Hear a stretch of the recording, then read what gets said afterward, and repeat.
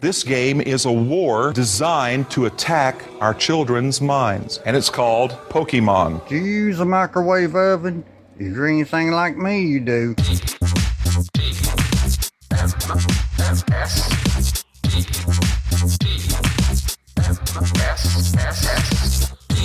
The Morning Stream. Maybe I can help you. I am Boba Fett.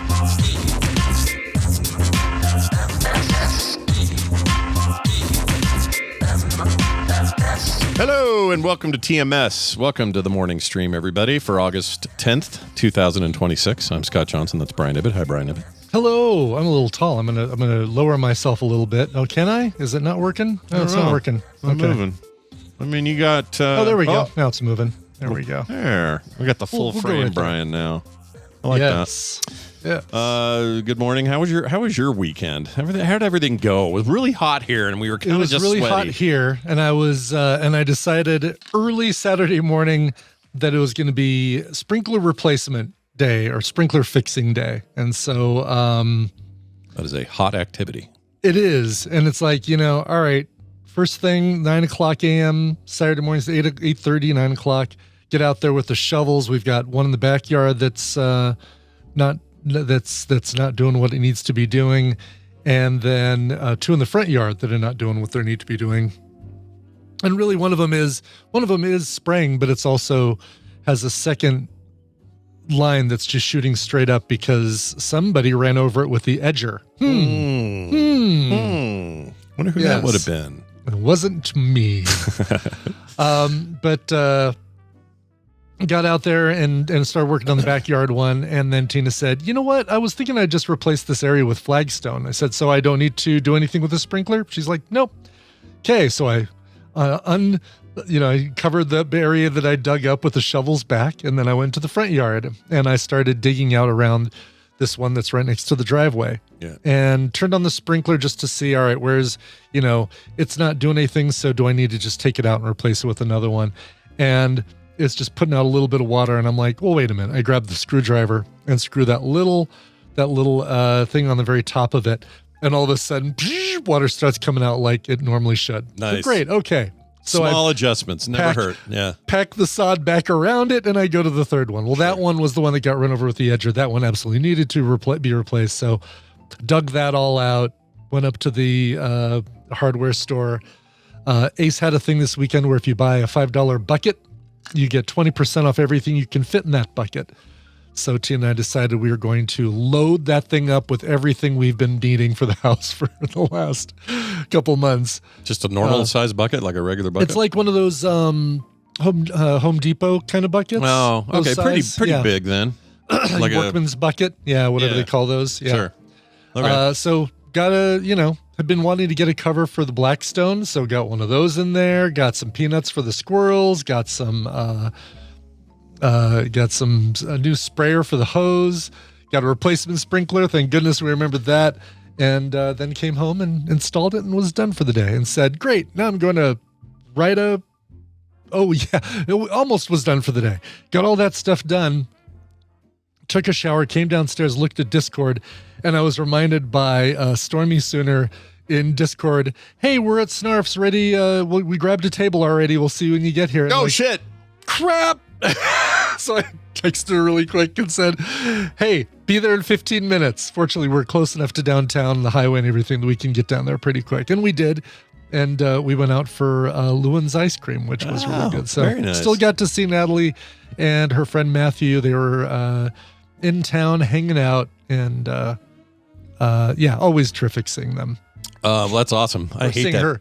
I'd never met Matthew before, but it was nice meeting him. Oh, yeah. Nice to meet you, Matthew. But yeah, that feeling when you look up and see, oh crap, there was a thing I was supposed to be doing today, especially when it's with a listener. It's like, oh crap. Yeah. I've done this before. She's in the chat. Hi, Natalie. Hope you're still in town. Hope you're having a good last day in Denver. Nice. Well, that's cool. Yeah. I learned something that blew my mind. I'd like to share with you. Tell me. This weekend. Maybe it'll blow mine. Maybe it'll blow yours. Maybe we'll have two blown minds. Yeah. Seems bad for the podcast, but we'll give it a shot here. See what happens. Somebody somewhere told me, I guess this would have been a video or something because it wasn't somebody I know. Yeah. Said that a day on Venus lasts longer than a year on Venus, which didn't make sense to me. Okay. Yep. Right. So I dug around. It has a slow revolution and slow rotation. I can't remember what it spins around on its axis slower than it goes around the sun. That's basically it. So Yep. So here's how it breaks down. A day on Venus lasts longer than than a year on Venus, with one rotation takes about 243 Earth days, so days as we know them. Mm-hmm. While its orbit around the sun takes only 225 Earth days. Mm-hmm. So it's slower to do its day rotation. Its rotation versus its orbit. Its rotation takes longer than its orbit. Yeah, that's a weird thing. So if you lived Yeah. on Venus, like all the women used to, because Yeah. that's where they're from. That's right. That's We're why they from- all moved here. Yeah, Yes. we're all from Mars. They're from Venus. correct. Which is kind of hilarious because Venus is way more like volatile and like horrible gases and like crystalline But it's the rainstorms. planet of love, Scott. I It's the guess planet so. of love. I think we should update it the planet of war. because it feels like Mars is a more hospitable, kinder, gentler. I mean, if Surface. to see Matt Damon did just fine. on Yeah, it. poop on your He seemed to potatoes do- and you'll live. Yeah. exactly. Seemed to do just fine. Yeah, he did all right. But anyway, I could not get this straight. I had to like stop everything I was doing. I had to like do my own research, I had to like Yeah, quickly sure. find out if this was true or not. And sure enough, it's true. But then here's the deal. If you're on Venus, you're not going to track those days by Earth days, right? So it's only interesting yes. math from the perspective Well, of an yeah. Earthling. If I was on Right. Venus, it would just be, Can you believe how quickly Earth spins? How come people don't fly off of that thing? their year is somehow longer than their days? 3 by 365? That's crazy. That's so weird. I couldn't believe it. I had to stop my spaceship and look it up. Anyway, here's a little something I learned, and I thought I'd That's share great. that with the people. No, I love it. Some people know that. Yeah, Venus workday is over 200 hours long. That's right, they're right. That's right. They don't have good labor relations over there. All right, couple of quick things. Night X Mayor on the Discord, longtime listener of the show, reached out to me with some information and a little request for help, and so I'm going to pass that on to our listeners because I think it's a worthy thing. He reached out, told me about his nephew. His nephew's name is Bryant. He's 12 years old is all, and was just diagnosed with stage 4 brain cancer. Really, really hideous stuff that no 12-year-old should ever have to go through. Turns out this kid's like a super nerd for a whole bunch of fandoms. And so Carter and I are going to do some custom art and send it and do all this nice. fun stuff. But in the meantime, because as you guessed it, this kind of treatment is wildly, ridiculously expensive. And because look, we got to back the kids, man. They're the next generation. We got to, give them what they need. I put up a link here to take you to their GoFundMe for Bryant. And if you are wanting to help out, please do tiny.cc/help Bryant. That's BRYANT. Like Brian the wrong way, but with a T and makes it okay. I'm not going to tell this kid that he's got his name spelled the wrong way. No. If it was Brian with a Y, maybe. Yeah. But that T, that makes it all okay. It's a different name. It's fine. It's fine. In fact, it would look really weird if it was BRIANT. I've never seen that. I've never seen that. No, Yeah. and nobody's ever accidentally spelled my name that way either. Which, thank goodness, I stopped talking to him. Yeah, It'd be over. you'd have to disassociate with that person. We'd be done. Yes, exactly. So I want Bryant to get just as much exposure possible on this. So please go help him out. Tiny.cc/help Bryant. And a big thanks to Night X Mayor for letting me know about his nephew. And their family's just, man, they are going through it. So you can help at all. That'd be great. Even if it's just to reach out and leave a message, that's cool too. Let this kid know you're thinking about him. And we like to try to take care of our own here on the show if we can. Yeah, absolutely. Always. And Brian, if you're listening to this, I got some cool stuff coming your way. So watch for that, buddy. All right. Luck out with some great goodies from Scott and Carter. Hell yeah. Brian, we're gonna get right to our game today. Good thing, yeah. Yeah. I like getting right to it. which I'm just now getting the spreadsheet and fixing and like, oh yeah, we need all these things entered in here. Okay, great. Oh shoot. Well, that wasn't a hint, so hopefully I didn't put you in any kind of extra strain. No, I kind of needed it to be able to do the show. It kind of looks right. Everything looks like you were right up to it. So we're going to do that now, and guess what? You're going to be here for it, everybody. So here we go.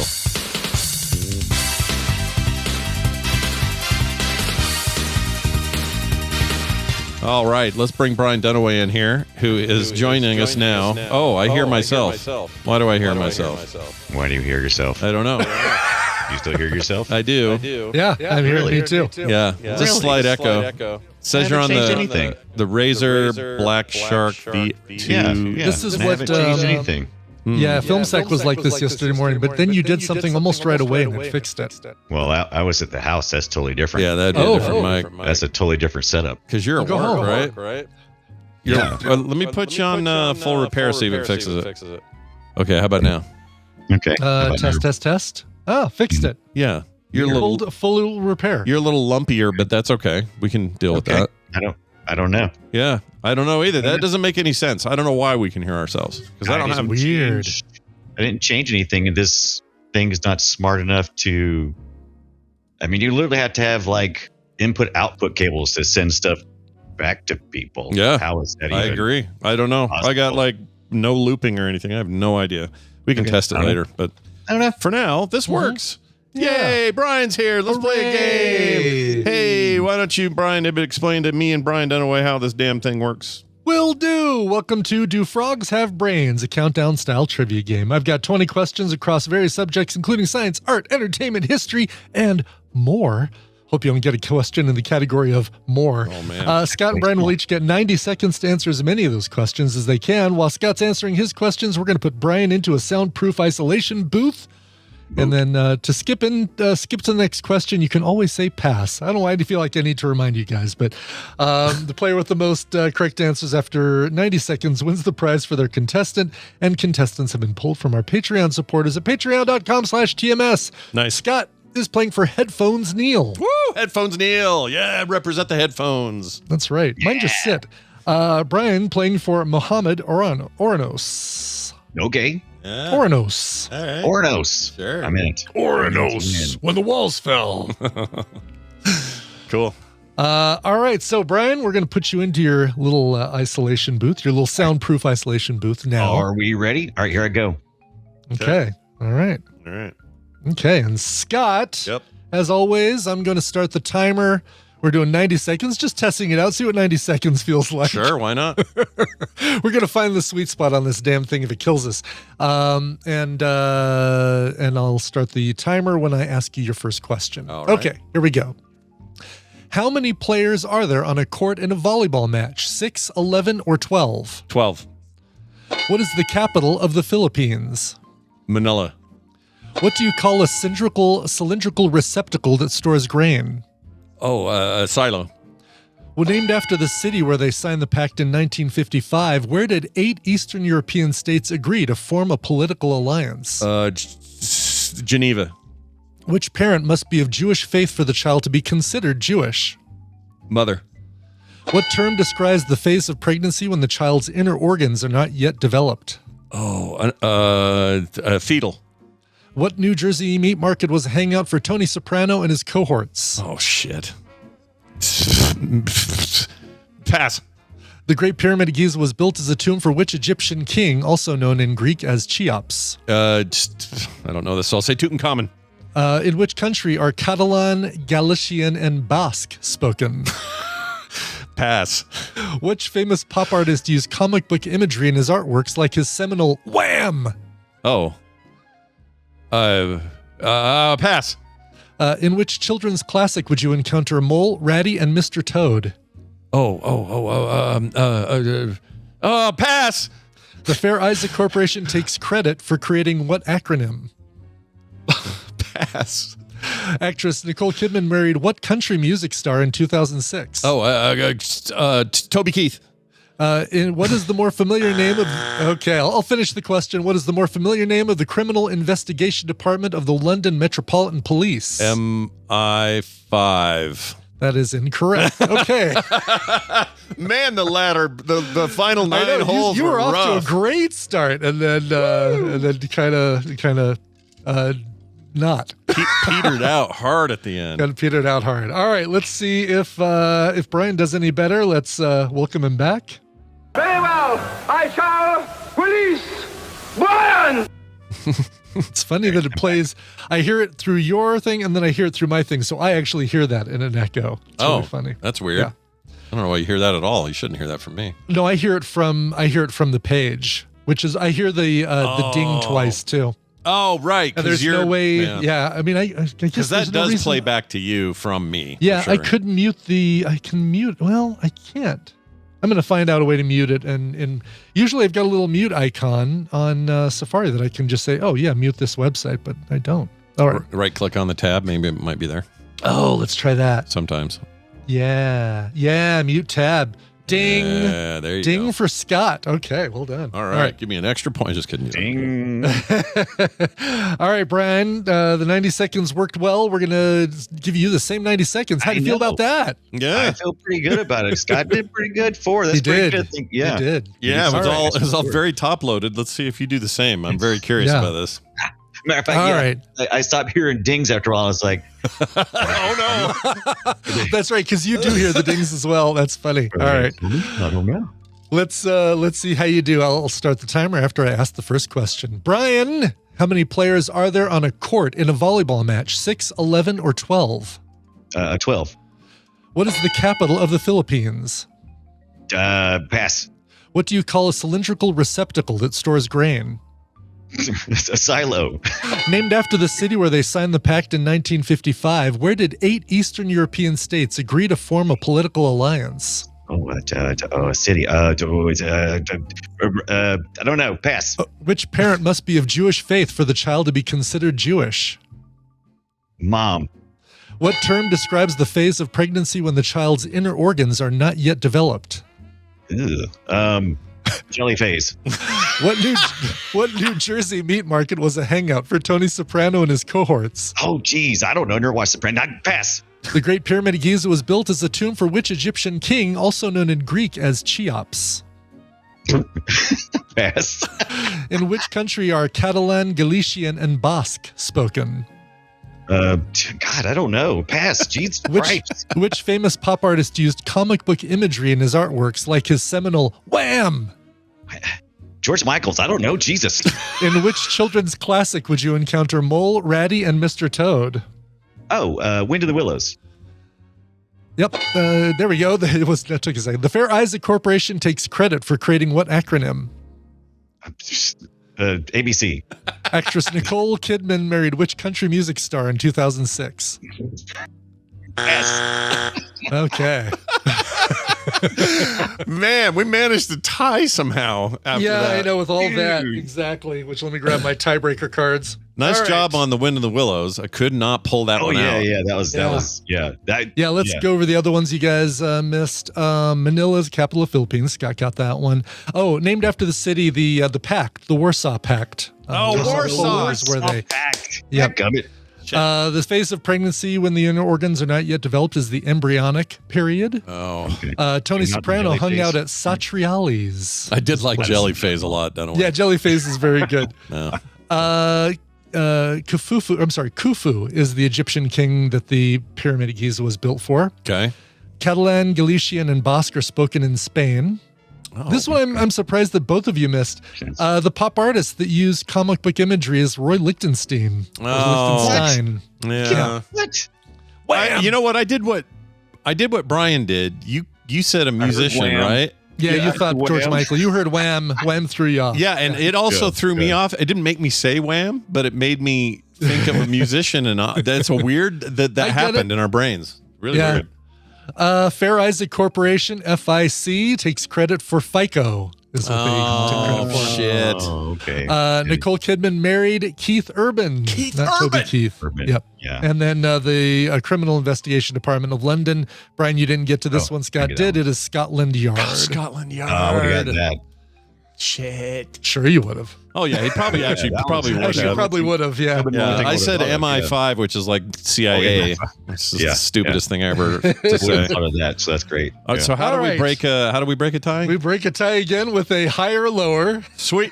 We're just going to keep next week. We're going to do 15 minutes of trivia questions just to see if we can get a different score for each of you. 90 kidding. felt, just for the record though, I think 90 felt pretty good. 90 is a good. Yeah, it felt like the right number. for How many this. total questions? Or I'm sorry. Oh, let me- yeah, let's see. were you close to being 3, out of them? I guess is the 5, question. 6, 7, 8, 9, 10, 11, 12, 13, 14. We got 14 questions. I say it's 20 questions. I put 100 in here just to Oh, okay. So the goal is Just never to to be ready. run out or to beat the clock. No, exactly. And if we ended up with 21 questions, it's not like I'd say, okay, we're stopping there. Yeah. But, All right, yeah. good job, everybody. Well done. Go home. We'll. I think the 90 seconds is the keeper. Okay. That's going to be our. Yeah, I our like lock. it. Felt good for some reason. So All right. Well, Scott, you got 4 points before Brian did. Yeah. So I'm going to let you choose whether you get the high or low, or whether you give me the number. You could Actually, I make guess it you choose in- that in the before I give you the question. yeah. So I'll say you could make it in the future. You can make it more pressure. Just whoever scores the highest, or whoever gets to the score first, maybe. Yeah, which Scott did. Scott got his 4 Yeah. early on. So there you go. That's a that's good. good. way to do it. Yeah, that's a good way of doing it. I like Put a that. lot of pressure on us. Yeah, I'd be like, ooh, Cool. we better hurry up. When we print the rules for this board game, we're gonna we got to put and make a note. Take our little pre-show wavy thing. Oh shit! Why is that Yeah. on? Sorry, chat. That's all right. Okay. All right. So I'll say I'll do the high or low. on You'll it. do the high or low. Okay, Yeah. Brian, in feet, how long was the longest motorcycle jump ever attempted by Evil Knievel? I was about to say that Evil Knievel is the person who attempted it, and he broke every bone in his body yet again. He did, yes. It was 649 feet. 649 feet is incorrect. Scott, is the correct answer higher or lower than that? It's actually kind of hard. Mm-hmm. I think Brian played his cards well here. Do you remember That was where a he good- jumped it at? Yeah, was it? Well, I remember the one at Caesars. I don't know if that was Okay. the attempt for the big one, but Uh-uh. wasn't a bunch of buses and cars and shit. Pretty sure that's what it was. Is that what you think? I don't know. I'm gonna say. Oh, I'm gonna say lower. I just don't know how anybody does more than 600. I'll say lower. Lower is correct. Scott gets it. Yes, it was Caesar's Palace where he did his longest attempted jump. That was the longest attempted jump. He failed, severe crash, but it was 141 feet. Oh, His longest successful jump was 133 feet. That was at Kings Island Amusement Park in Mason, Ohio. Brian, you were probably thinking about Snake River Canyon, right?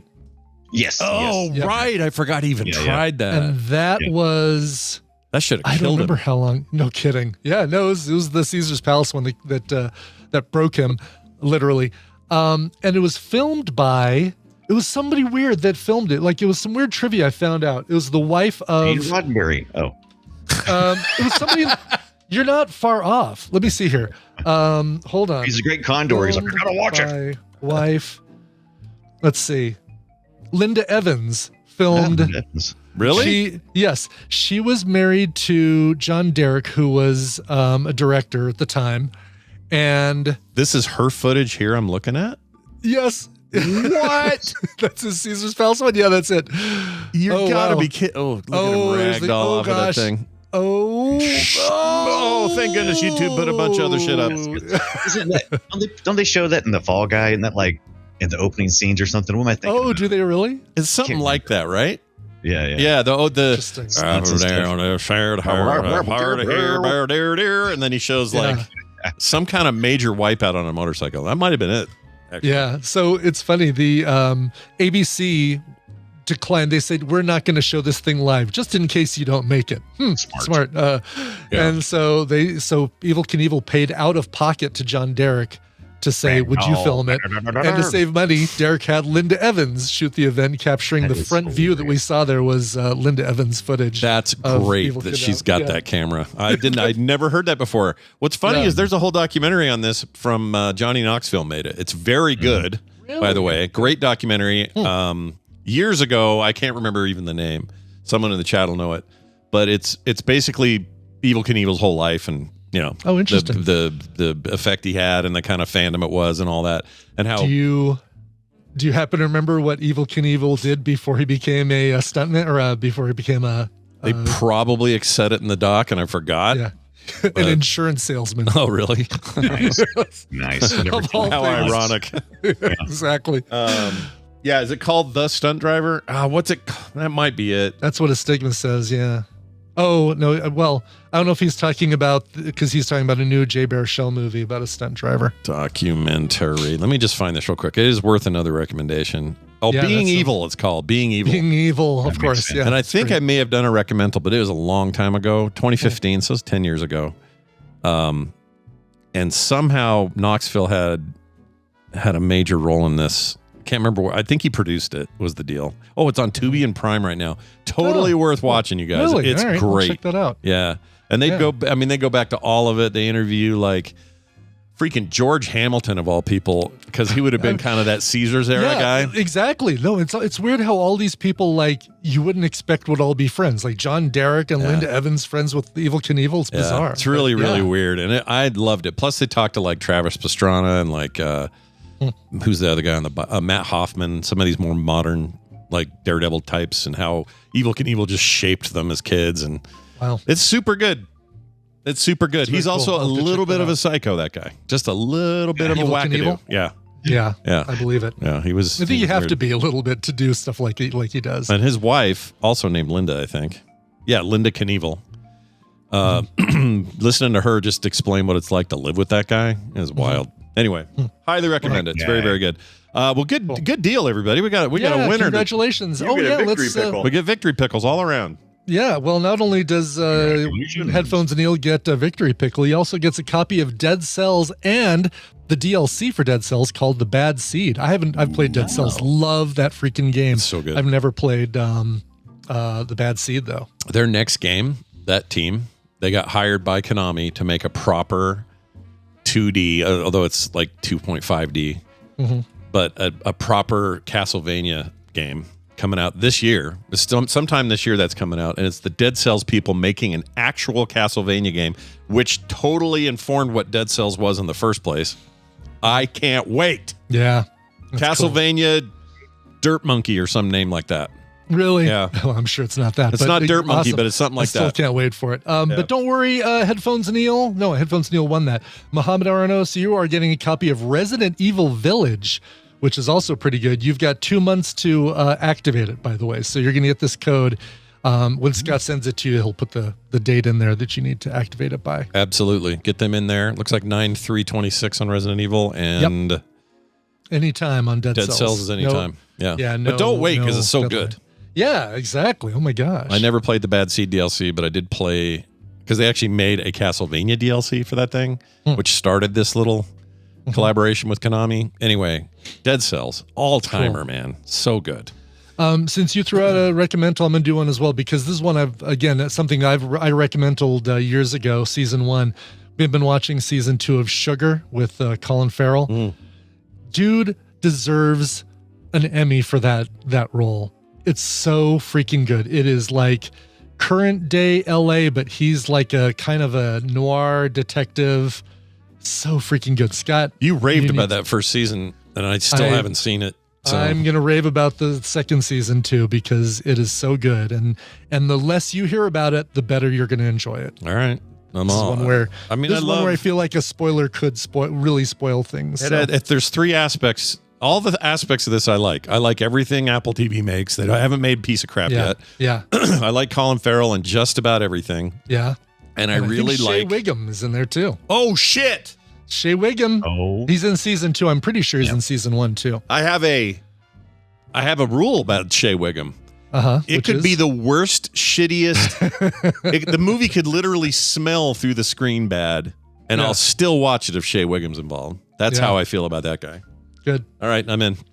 Brian Dunaway, is there anything you'd like to recommend before we kick you unceremoniously out of here before we see you again on Wednesday? Sure. I'll be playing Golden Sun tonight, streaming 6:30 p.m. Ooh. Eastern time, probably after the Monday show. Is that usually what you do? Yeah, it's usually right around that. And then that game, the Golden Sun games we're going to talk about on Wednesday, are extremely good RPGs on the Game Boy Advance. There was also a DS game that came out later. Never played it, but these GBA games are some of the best they ever got. They're so good. Yes. Cannot wait to play it. Well, I have been playing it. To get my genies and my power. Yeah. Genies and power. I've been playing it on that new, or with the new Delio, the Taco, the Pocket Taco thing. Oh, yeah. It plays really well with that game. And I also picked up, so I'm doing dueling reviews this month for the Taco versus 8-Bit Do's version of this, which is like, it's not a Taco, but it's like plugs directly in, less lag, some other benefits, some other drawbacks. But that one just got here last night, so I haven't had time to really put it through its paces, but I'll let people know soon what I think of those two devices. So far, I really like them both. So it's good news. Good news. There's not a bummer in there. Good news, everybody. Dunaway, do this for me. Work. Kiss my butt. Gonna work. All right. He's out. I'm loving my Pocket Taco. You're a taco pocket. I know, sounds like the dirtiest damn thing ever. Pocket Taco. It's really cool, though. GameSir is having a resurgence with their stuff. 8-Bit Do trying to get on that bandwagon. It's all fun to watch. Look for, if you're getting it for an iPhone, definitely look for instructions online, or maybe you should do a little video or something, Scott, because it's not a straightforward. There's a bunch of different ways you can put it into Bluetooth mode, and only one of them works with iPhone. Yeah, it treats it like, and you can remap it, but it treats it like a DualShock controller from Sony, which is really strange. Yeah. The Android side's a little simpler with it, but it's super. Once you know like that it's doing that, it's pretty simple from there. But you're right; it's probably be a good video. Actually, I'm thinking about doing a video about them both. Oh, there you go. Advantages, disadvantages, how to configure Delta, because there are other apps that can use the thing, but Delta is kind of like the du jour thing right now. So, anyway, more on that later. But for now, very convenient how it covers the bottom. Yes. Anyway, go ahead, please. For now, where is this? Hold on, I haven't moved it to its proper. And now, welcome Steven to the show. He's a huge freaking nerd. Dollar bills, y'all. Yeah, dollar bills, y'all. It's Steven Schleicher from Majorspoilers.com joining us. Hey, Steven. Hello, Scott. Hello, hey, man. Brian. Hey. Hello. Been too long, I feel like. Feel like it was... Like a song. It was missed longer. We missed, I think we had a Monday off. Oh, yeah, Scott was traveling. Yeah, I was traveling for a Monday, which meant we had to push everything on Monday, which meant you got pushed. I don't like pushing Steven around. I regret nothing. I really don't, because he'll fight back. He'll punch, he'll pinch. Oh, yeah. Bite sometimes. He's scrappy. Yeah, he's really gnarly. Anyway, between the last time we spoke to you and now, we have all seen Spider-Man. Not all of us. Oh, you still haven't seen it? Oh my gosh. No. He's got that theater problem. Remember? I know. Yeah. Now, update on that. The one that is 45 minutes away, they finally started accepting online ticket sales. So I may, if they have a show at the end of this week, may be able to go see it. Wow, look at you guys living in the 2010s. I know. There's another one that's like an hour and a half away, and you can buy tickets online there, but it's like a super sketch, buy your tickets here kind of thing. Like, oh, weird. Yeah. Like buying your tickets at the theater? Like who does that? Oh my God. Like a caveman? I mean, these are like small theaters. These are not like, the one in Russell is community run theater. So it's, they update whenever they can. And the one at Great Bend, I don't know who they're affiliated with. They're not an AMC or a Regal or anything like that. So they may be an independent theater as well. Scott, I think I see a money-making opportunity for us. Let's open a theater. Dude, no kidding. Hayes. Sounds like Hayes, Kansas could really use one. So the theater that was here was an AMC / Dickinson / Regal. I mean, it changed hands a million times. Yeah. The reason why AMC left wasn't because there wasn't enough attendance, although that's what they claim. It's because the mall, which is where the theater is attached to, jacked up their rent so much that they're like, well, we're not paying that. And there's a group of people here in town that are trying to reopen the theater, but again, it costs them too much money to reopen that theater because the rent is too damn high. Why is the mall so pricey, or why are they so adamant? Because the mall is empty and they still need to generate revenue. Well, yeah, but it seems like the opposite way to get revenue would be to overcharge for tenants so that they can't move in and then therefore raise revenue. Right. That's just, Right. This is not how you Scott keep people. understands business better than most businesses. Congratulations, Scott. Man, are you sure you were an art major and not a business major? You know what? I mean, I guess at the end of the day, if a mall, I mean, malls already struggle now, right? They're already kind of Oh, yeah, most of them are dead. There's a little bit of a comeback happening in certain areas, but it's mostly kind of dying or dead. And so I don't know what the answer is, but I know it's not raise the rent. Yeah. Well, I think the thinking was, what's AMC going to do? Close the theater down? They can survive us jacking the rent up by 15% or whatever it was. Yeah. And AMC is like, no, we're not going to do that, because at the time that it happened, my beer. we were still coming out of COVID lockdown stuff. Oh, yeah. And so, it was very shaky to sign into a long-term lease when you didn't know, hey, when are we back? When are movies back? And the answer was the last 2 weeks when everyone went and saw Spider-Man. Mm-hmm. Yeah. Well, so back to the Spider-Man. You haven't had a chance yet. I know you want to, right? I know I do. I really do. But know that you want to. Before that, it was like I was not going to make a 6-hour trip to go see Spider-Man. Yeah. Brian and I are both on record of. I know. Everybody says it. I'm just like, damn it! It's so good, dude. Curse you, AMC. Yet another reason to hate AMC. I think they could. I mean, I know they're not done, but if we were told this is the last Spider-Man, it would have been gone out on the highest note. Like it's so well done. Yeah. Internationally, if you count international box office, it's now at $1.6 billion. Yeah. So if it can hold, and it didn't drop very much from week 1 to week 2, so you may look at a $2 billion movie by the end of next weekend. Jeez. Wow.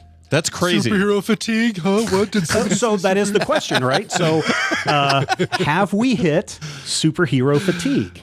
I think we just saw essentially Supergirl, He-Man and the Masters of the Universe didn't do well. Yeah. Mm-hmm. Supergirl didn't do well. Mm-hmm. Superman did okay.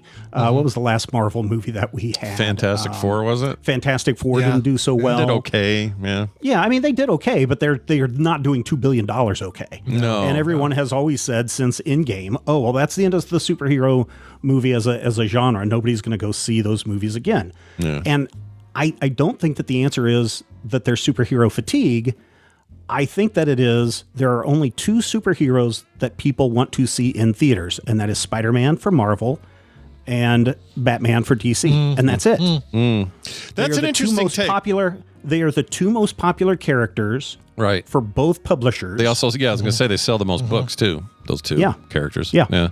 I mean, that's an interesting take. I hadn't heard that before. Here's what I think. Maybe I'm just wrong.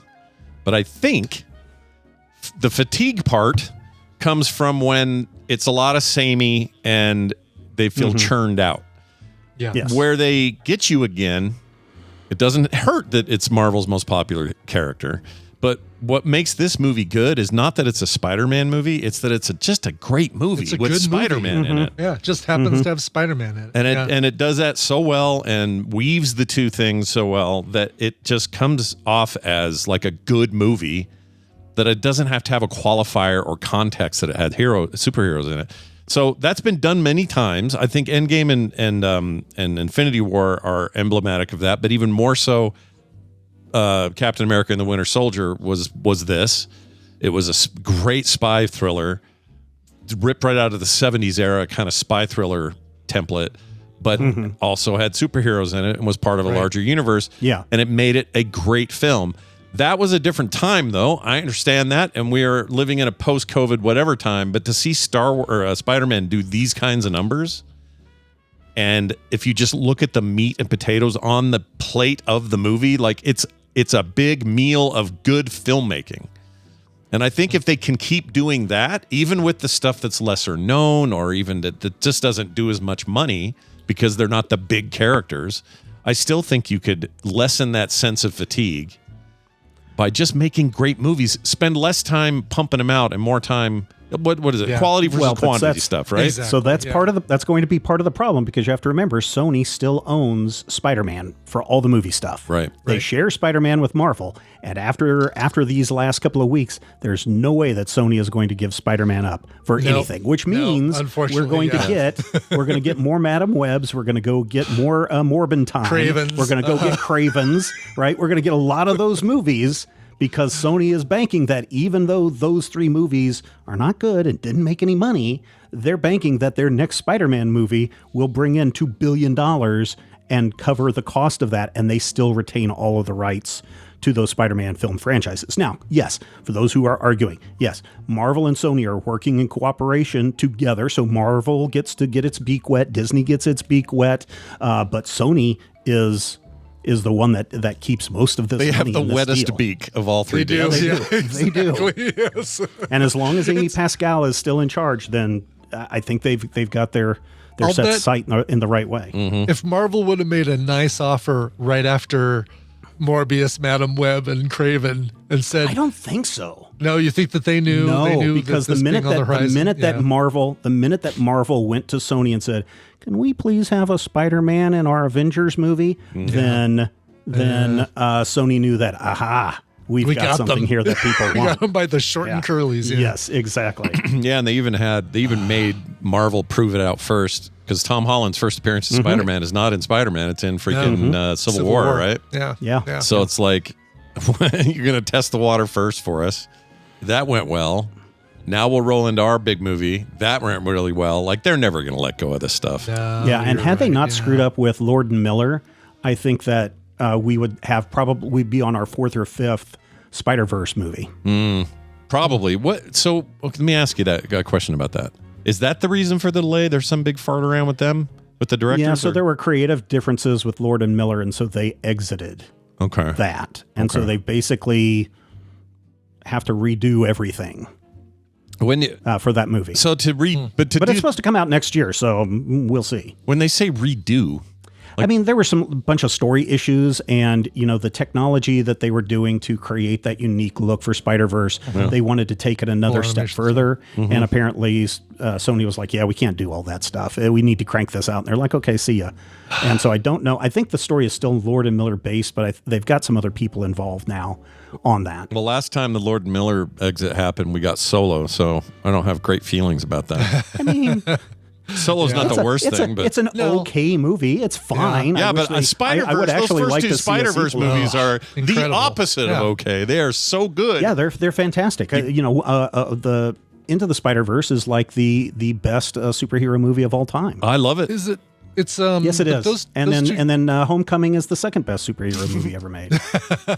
Sorry, Brian, that's just No, the that's all right. truth. You're wrong, but that's all right. See the new one and then come back and tell us. Yeah. The K-pop Demon Hunters was them also, right? Like I know they're Yes, busy with the sequel to that too. So God, Yes, there's a lot of yes. stuff on their plate. And that one's so Teenage interesting Mutant too Ninja Turtles because they did. Yeah. yeah, the thing about K-pop Demon Hunters is who was that? Sony as well. Sony was like, "Yeah, we don't think this is going to do very well. No one's going to come and see it." And Netflix is like, "Yeah, we'll take it off your hands All for right, whatever we'll they want, take it. $20 million Yeah. or whatever they paid for it." Yeah. And then it turned into the biggest hit for them. And so, yeah, Sony has done some stumbles in the last couple of years. So they're not perfect, but right now they are definitely, as Scott said, they've got the wettest beak in Hollywood. The Wraith said Disney could buy them or try to buy Sony. I don't think that's it will the case. never, that They'll will never never sell happen. it. Yeah, It will never happen. Part of it is this: they're not. This is true of a lot of Japanese corporations, especially the big ones. There is a very specific cultural thing there that will make it so they will never sell. It's like To a foreign entity. pride thing as much as a profit thing. Yeah. And they're doing good and they're making money. That's the same reason people are like, well, maybe someone will just buy PlayStation and they can spin that out. It's like, no, that's not how it's not how Japanese companies work. Like they'll come and put if they're Toyota, they'll put factories in Oklahoma. They'll do their stuff over here. They'll sell more cars in the US, blah, blah, blah. But they're not going to ever go. Yeah. Hey, in fact, when Ford bought Mazda, that was extremely unusual. Like crazy for that to even happen. But it happens all the time here. People are always buying each other and like merging and whatever. But yeah, well, let's hope not. Yeah. So anyway, there's that. Movie's awesome, and I don't know about the fatigue overall. I think this helped soften that for me. This movie made me go, oh yeah, this can be done right. You know what? I'm kind of all back in. Let's go. We'll see. We'll see come December if it's enough to let people trust Marvel again. Well, and so that's the question: is what is between now and the end of the year? You have Lanterns, which is DC launches on this weekend on August 16th. Very excited about that. Yep. You've got Vision Quest, which will be on Disney Plus in October, and then you have the new second season of Your Friendly Neighborhood Spider-Man, and that's it. Did you guys know? Did you guys? Sorry, you just reminded me of something because I'm rewatching Leftovers right now. Oh yeah, and Brian's in the middle of his rewatch, his Lost Luggage rewatch of Lost. Yeah, and I didn't know that Damon Lindelof's next big thing is this Lantern show. He's the showrunner on that thing. Yeah. Oh, is he really? Yeah. But it's not with Carlton Cuse, just solo. Just him on his own. Okay. I don't think he's worked with Cuse since Lost. I think you're right.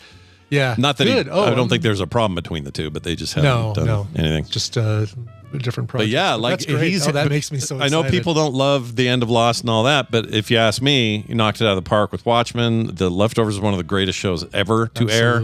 Yeah. Like, I got big faith in that, and to hear he's in charge over there, plus all the other stuff I know about it, I think that's looking real good.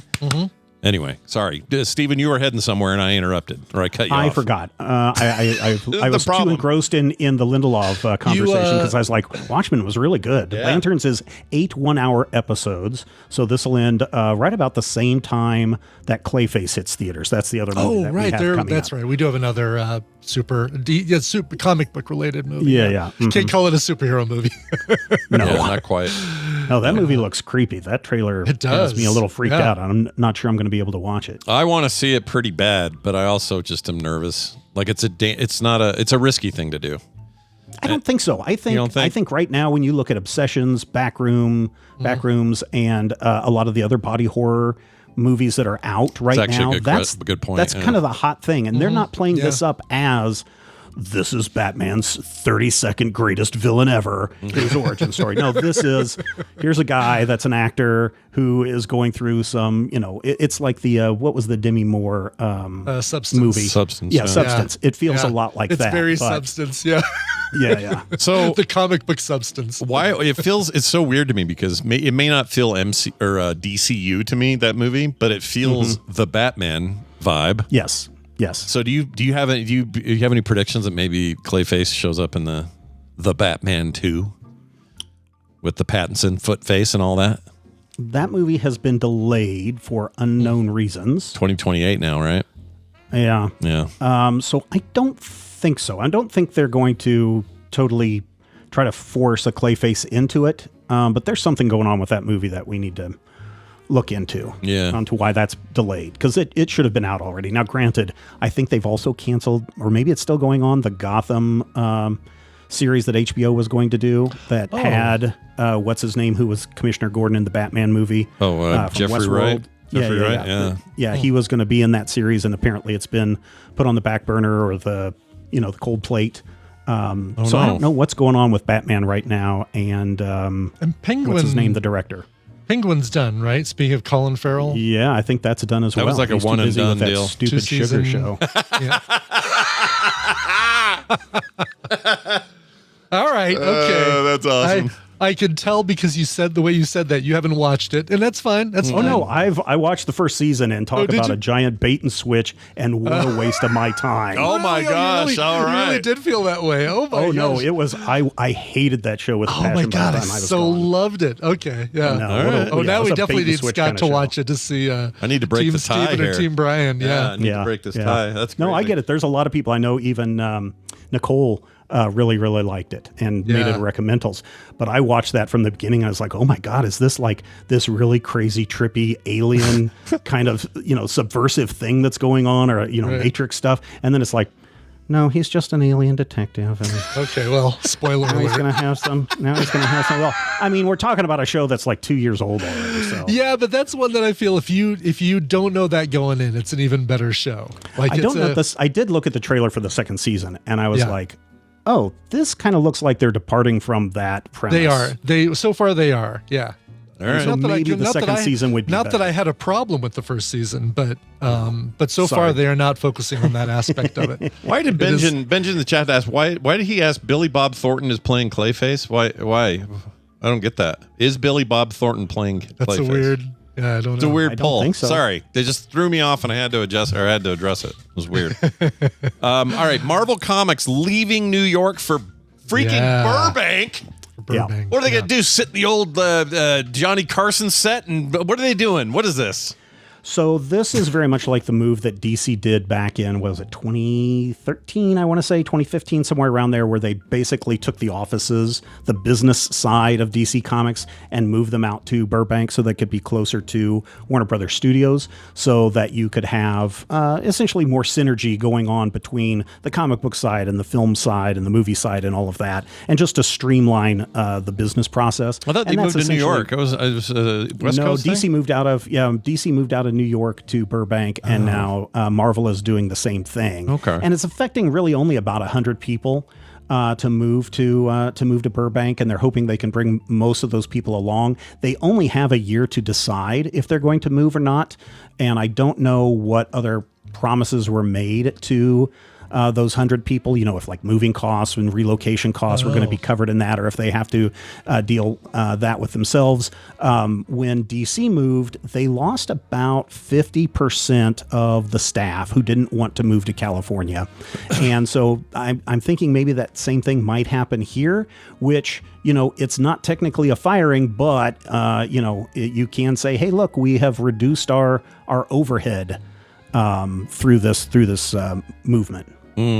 See, what's the purpose of this? Just to save money, or to get closer to the? I think it's closer to the film and television side. Okay, so did that go well for DC? I mean, it has so far, ? Right? I mean, when you look at when everybody moved, it seemed to streamline a lot of the communication and a lot of the processes that were going on for DC. And I think that Marvel is looking at that and saying, well, we can streamline stuff too, because, there's a several hour difference between New York and LA. Yeah. And so if you're having to have a communication, if someone's in the office at 9:00 in New York and they need a question answered, it's going to be like 2:00 in the afternoon before they get an answer back from LA. So unless you've got people specifically saying, hey, I'm going to be in the office at 5:30 a.m. West Coast time to have a conversation with you, that really is problematic. And as someone who used to do a lot of that when I lived in Irvine, that was real problematic, having to deal with people on the East Coast all the time. So I can just see that that's going to streamline that process a great deal. Now, the bigger question, and I'm curious Brian's response to this, is New York has been kind of a central character in Marvel Comics forever. Yeah. Is this going to change? Do you think, I can't imagine that they'd write stories differently. Right. And a lot of the artists don't have to move to New York. The artists can stay, and many of them probably will stay remote and work from wherever they're at anyway. Yeah, so that's kind of the key point right there, is back when Marvel, in the 60s, 70s, everybody was in New York. So you could just look, you could look out the window and see all that. But writers and artists are scattered all across the country and the world. I mean, two of the top writers at Marvel right now, I believe, are in Canada. Another is in the Seattle area. So I don't think that is going to harm change. Anything. I see, maybe the West Coast Avengers will make a comeback, which will be nice. Yeah, I don't think we're going to suddenly see Spider-Man pack up and get out of Queens and right, to move to Los Angeles. No. That'd be really weird. But Marvel's reliance on actual U.S. cities versus DC's decision to make them all fake or analogs to other real cities or whatever. It's always been an interesting difference between the two things, and I cannot imagine Spider-Man suddenly somewhere else. I just can't. Right. Can't see it. Swinging off the Hollywood sign and not much else. Yeah. Where else? Exactly. There's like 4 blocks of skyscrapers in Los Angeles. Downtown Los Angeles. I can only do crime solving in like 3 block radius. All right, Spider-Man Van Nuys. Yep. I watched speaking of that, somebody's playing the Spider-Man 2 game online, and he's decided to not use web traversal at all. Oh, really? Just on foot, everything? Everything's on foot in the city. And dude, everything takes 1,000,000 hours to do anything. That's hard. What a dumb limitation to put on yourself. It's for the views, I'm sure, but yes, it cracked me up. Scott's view. Yeah, it cracked me up because I thought, well, how is that? So some of those crimes that happen around the city are time based. So it'll be like, we got a problem over here with the and you'll go, okay, I'll start walking that direction, and you run too. But then by the time he's there, well before it's over, the bank robbers are gone, and God, that's hilarious. It's like, what a terrible hero you are if you don't have your webs. That's really, anyway, really funny. Let's get to SDCC, the San Diego Comic-Con. Didn't exactly fail, but it kind of could have been an email or a press release, according to Steven. And I think I think most of the stuff that any comic book publisher was there to talk about was kind of already known. And if not, it was out within seconds after the embargo lifted on all of the websites. So it's not like you needed to go to a panel to find out what was the next big thing, because all of that stuff arrived at every website that's out there. Now, I think the same thing with Hall H. Now, there weren't a whole lot of people there presenting, but even when you get into the Marvel stuff and you do have, Ryan Reynolds show up in his Jean Grey costume, asking questions or having cast members there, or having even Rick Moranis show up for the Spaceballs that was panel. So cool. Yeah. I mean, it's really cool, but when you're a million miles away, that doesn't do anything for you. So I guess it just kind of, this year really kind of cemented for me that if you want to be part of a comic convention experience, go there for the interactions. Don't go there for some kind of breaking news, because that breaking news is going to be everywhere within seconds. Yeah. And so go there to meet your favorite creators, go there to, find a good deal, go there to look at all the fantastic cosplayers that are there, but don't go for some, breaking news that only you are going to break. That's very much different from the first time I attended San Diego Comic-Con, and they were announcing the Legion of Superheroes animated show, and I was able to file a report an hour or two later with Ain't It Cool News, and that was still the breaking story. That they had, because no one else was reporting on it that soon, because they weren't sending out press releases back then, or if they were delayed, et cetera, et cetera. But between 2003 to today, everything's instantaneous. So go for the experiences. Yeah. I feel like maybe even Comic-Con needs to reverse a couple of things, because what they used to do, or what they did for the longest time, was exactly what you described. And then they realized, we could be this giant celebrity thing. Let's do all this Hall H shit. And then that's what this is now. So they started not phasing out, but like kind of crowding out important aspects of the show, like Artist Alley, and they became smaller and less important to them, which I totally get. But then now we live in this like very democratized media landscape where everybody, the guy that can break the news can be a dude just barely walking out of the bathroom, snap a shot on his phone, and suddenly he's got the scoop on something nobody's seen yet.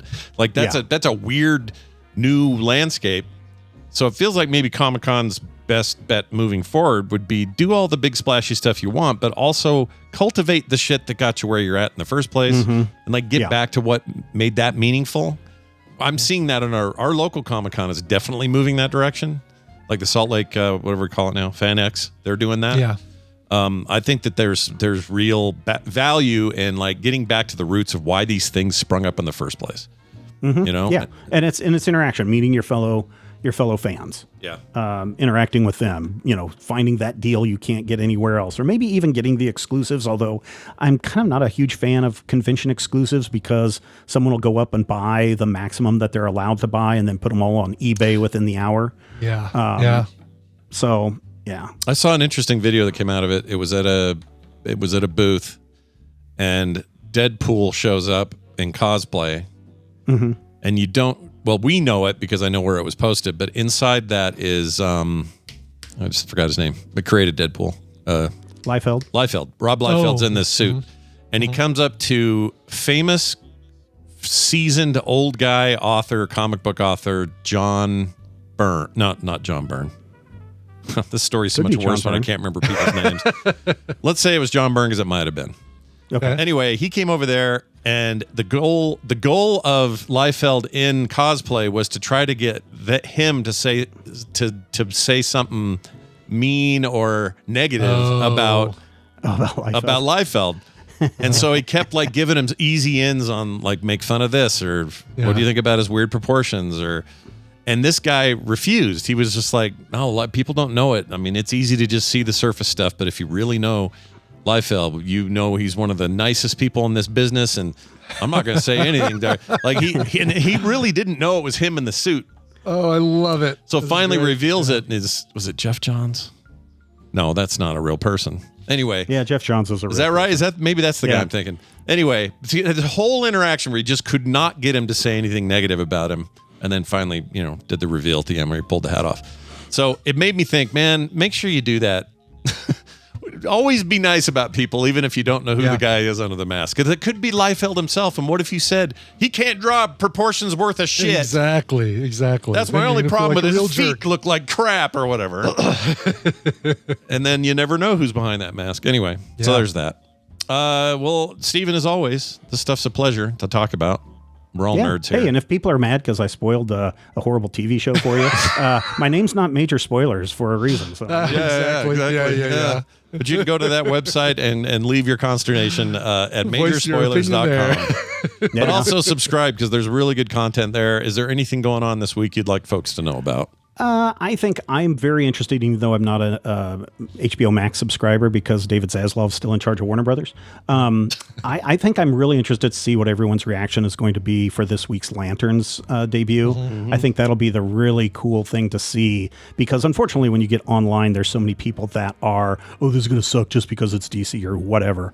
And so you've got that tribalism built up, but I'm really interested in genuine reactions to that show. Yeah, me too. We're going to get to talk about it. When is that? What's the premiere? 14th? It's Sunday. I believe it's the 16th. 16th. Yeah. So we'll be able to talk about this pretty soon.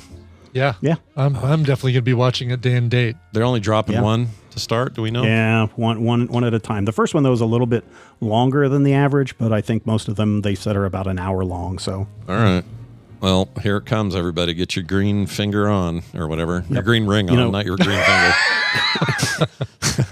Ain't nobody got no green fingers in that story. If you don't have real gold, it can turn your finger green. But that's true. If it's a fake one, by dark of night or whatever. That's right. Shit, this is fake. Yeah. Stephen, I hope you have a great... go ahead. It's going to be 105 degrees today, so I hope everybody, wherever you are, stays hydrated. I'm going to try. I got this right here. Can you hear it? I do. No, yeah, it's good. Little ice cubes. You got little ice cubes. Yeah, wee ice cubes in there, and I filled it full of water, and then this dehydration powder my wife likes that's sugar free, that gives it just like a little watermelon vibe, but it's full of all your rehydration things, sodium and potassium stuff plants crave. Yeah, that plants need to thrive. Yeah, and since I'm a plant. Super into it. All right, you guys, that is going to do it for today's show. Big thanks for hanging out with us and spending some time with us. We'll be back all week with brand new shows. Darn right. Including tomorrow. So please join us then. We got some stuff coming up today. Check out the schedule at frogpants.com/schedule. And you'll get to hear me and Carter at 1 p.m. We got a Monday show all planned out and some more fun things coming your way. Brian, you got anything else before we go? Nothing else from me, no. Right. Just a busy day planned, but hopefully some time for fun stuff. I got to dip back into Pokopia and see if any of my habitats are sprouting Pokemon, if people are showing up. And are there, I think I asked you this before. If I did, apologies. But is there there are new Pokemon in this DLC? Yeah, tons. Like that makes sense, right? It's a Pokemon game. It's a Pokemon game, plus the new area is underwater, so you've got all of your your fish Pokemon and your semi-aquatic mammal Pokemon, things like that. So I just need to get that game, I think. You do. I will. I think you'll really enjoy it. You know what? Hype is down on that. Go ahead and get it now. Yeah. Now's a good time, Scott. I hate the hype windows, so you do. I don't mind getting in a little later. Right. Brian, let's get out of here with a song. Yeah, so Tabitha wrote in. Tabitha Aldrich, she said, "Hello, Brian. It's Chad and my 1-year wedding anniversary as of August 9th, which is yesterday. We also celebrate November 5th as the day that we started our relationship, if that works better. Both being newly single, we found each other at the perfect time, and I'm so lucky to have found a supportive, helpful, amazing partner to enjoy life with. Fresh Eyes is our song. Whatever it is was the song we danced to at our wedding, and Smashing Pumpkins was our first date. Pick one of those. Thanks so much. Signed, Tabitha. Nice. And this is the Tabitha and Chad who you did the guest book for, and or was it the guest book, or was it it was an illustration, the wedding with the tree that you did. Right, the tree. That's right. I knew that name was ringing a bell. Yep, I did the Lego people for the top of their cake. That's right, for the cake toppers. Yes. All right. You know what, you guys? Designed, yeah. This is awesome. I feel like we've been with you guys since the inception of this marriage, and to hear it's still going great. Absolutely. Awesome.